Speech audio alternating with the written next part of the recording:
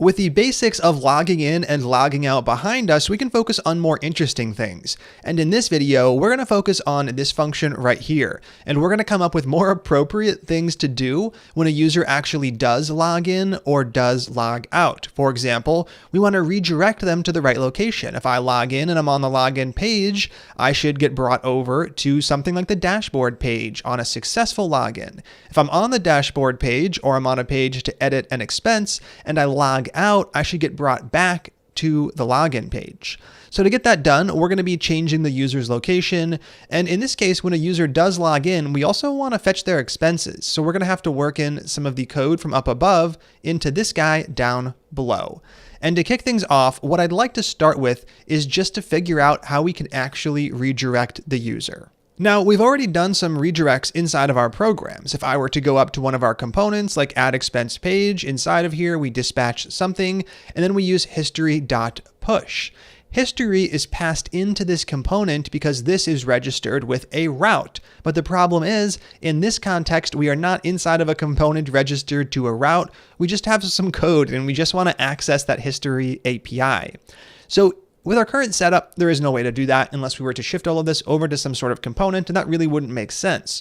All we need to do to actually get the history API outside of the context of a component is to make a few changes to our app router. So we're going to head over to that file, and what we're going to do is change how we work with the history. So by default, if we use browser router, behind the scenes, React Router is doing some work for us. It's creating an instance of something called browser history, and it's registering it with our new router. But we can actually go through that process manually. It takes a little more work. We have to install one tool and add about 3 lines of code. But once we have that in place, we'll be able to use it anywhere, not just in the context of a component. So to get that done, the first thing we have to do is install the module that React Router is already using behind the scenes. We can find this over inside of Google Chrome. This one, npm history. It is the history npm package. This is what React Router is indeed using. And what we're going to do is just add this on our own. So we're going to be importing it similar to how they have here. And we're going to be creating new history that we pass down into React Router. So let's go ahead and kick things off by actually adding this to the program. Over inside of the terminal, I'm going to shut things down and use yarn add. We're going to be adding history. We can add it as a regular dependency, and we'll be adding the latest version that is 4.7.2. Once we add this dependency, we can actually take advantage of it over inside of our application router, and that is exactly what we're going to end up doing. Over here, we're going to add the exact same import they have right here to grab the ability to create some history. I'm going to add this up top. I'm going to import.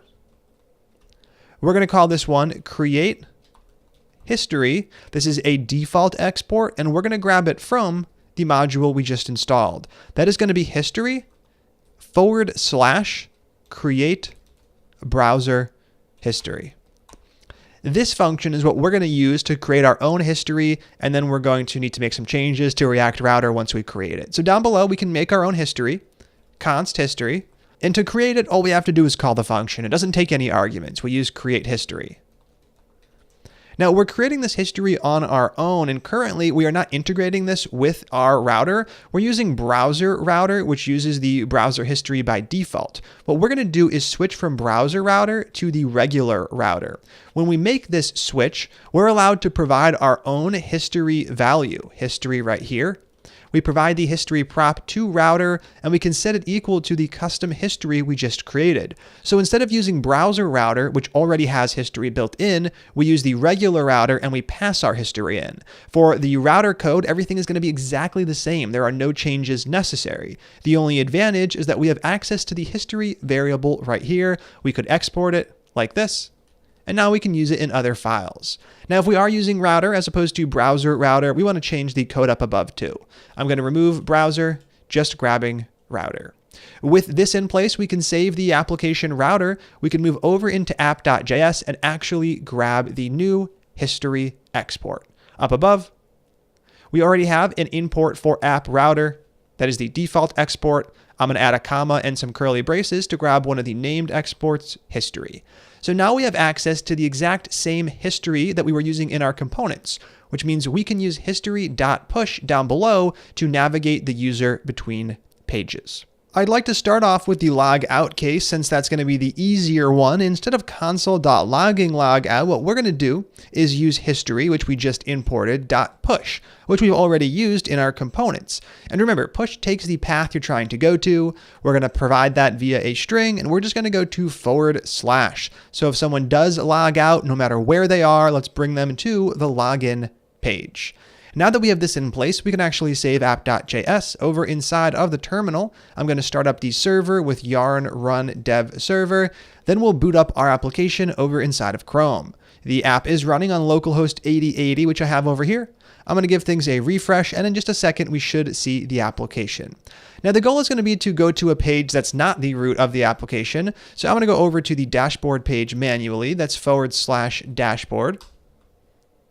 And once we're here, all we're going to do is click log out. Once again, we do see our login message printing. I click log out, and I do get brought back to the home page, which means that our code did run. We were successfully logged out, and we got successfully redirected. Now we're going to focus on login. And I mentioned login is going to be a little trickier. Let's talk about why. First up, since a new user is logging in, we need to make sure we actually fetch their expenses, and we're going to have to get that done right inside of here. We also need to ensure that we're redirecting correctly. So with the logout case, it's pretty easy. We don't care where you are, you log out, you go to the login page. But there are many pages that a user could be on when it comes to private pages. So for example, I could be on the dashboard page, the create expense page, or the edit expense page. Now, if I refresh the application, I know this code runs. So I want to make sure I'm not just blindly redirecting the user. I really only want to redirect them if they are currently on the login page. So let's go ahead and kick this process off. The first thing that we're going to do is take this code from up above, our call to dispatch, where we dispatch start set expenses, and I'm going to cut that out and shift it right inside of here. We are only going to have that code run if someone does log in, then we will fetch their expenses. Now currently, yes, we're not fetching their expenses, we're just fetching all expenses, but we are moving through the process of fixing all of that.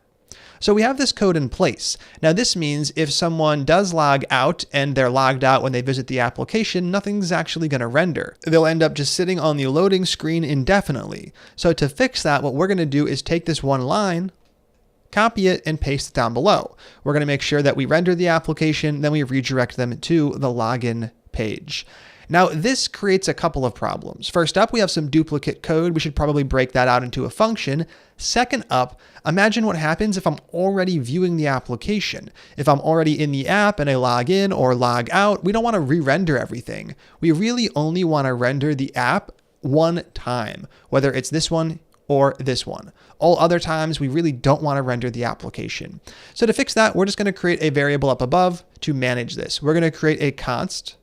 We can call this const something like has rendered, and we're going to start it off at false, saying we have not rendered.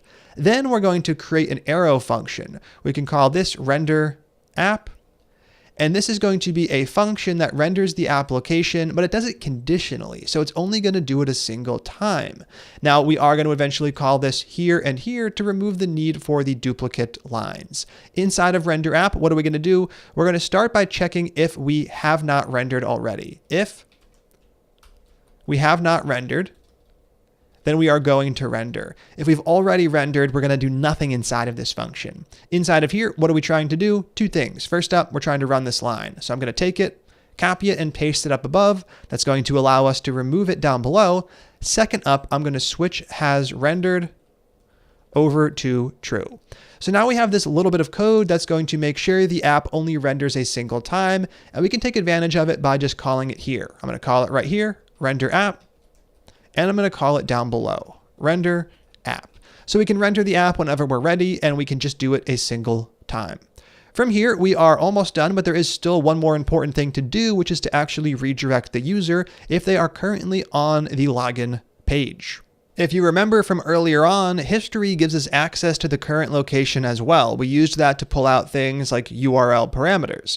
We can use that right here in a condition. If some condition passes, what are we going to do? We are going to redirect, and we'll redirect to the dashboard page. So we'll use history dot push, and we're going to push to inside of quotes /dashboard.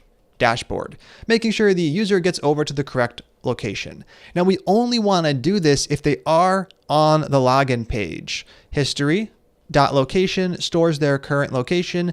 If we're looking for that path name, we access .path name, and we're going to check if this equals the string /. If it is equal, that means we are on the login page. Since we just logged in, we're going to go ahead and redirect over to the dashboard page. Before we save, up above, I realized that we just created a const and we tried to reassign it down below. This is not going to work. This should be a let-based variable, something that we can reassign. Excellent. Now we should be able to save app.js and actually see this in action. We are going to save the file. The browser is going to take just a few moments to refresh. And once it is up and running, we're going to move through the process, making sure all of the redirects work.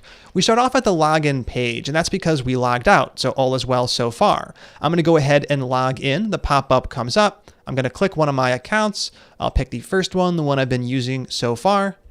And now when the login process completes, we should get redirected over to the dashboard. And that is exactly what happens, which is great. Now let's go to a different page, like one of our expense pages. I'm going to go over to my first expense, and I'm going to give things a hard refresh. Because of our conditional, we should not get redirected over to dashboard, even though we are logged in. It looks like everything did work. We refresh the page, and we're at the exact same place we were earlier. Now I'm going to go ahead and log out. When I log out, I do get brought back to the login page, which is the final thing we wanted to test.